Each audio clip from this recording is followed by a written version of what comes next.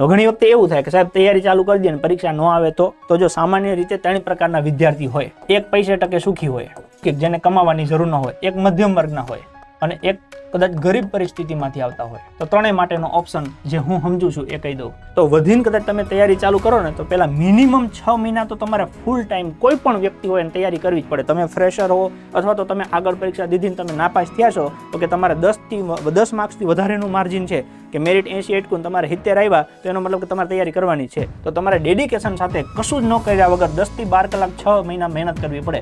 રોજ 10 થી 12 કલાક. તમે ફ્રેશર હો તોય ભલે અને તમારે 70 માર્ક્સ આવ્યા હોય અને 80 મેરિટ એટકું હોય તો એ તમે ફ્રેશર જ કહેવા. તો તમારે 6 મહિના 10 થી 12 કલાક મહેનત કરવી પડે. તમે પૈસાવાળા હોય તો કરવી પડે, મધ્યમ વર્ગના હોય તો કરવી પડે અને ગરીબ પરિસ્થિતિમાં હોય તો કરવા પડે. માનો કે 6 મહિના તમે તૈયારી કરી દીધી તો કે હજી પરીક્ષા આવી નથી તો હજી બીજા 6 મહિના ખેંચવા પડે. તમે પૈસાવાળા હો તો તમારે બીજું કાંઈ વિચારવાનું નહીં, તૈયારી ચાલુ રાખવાની.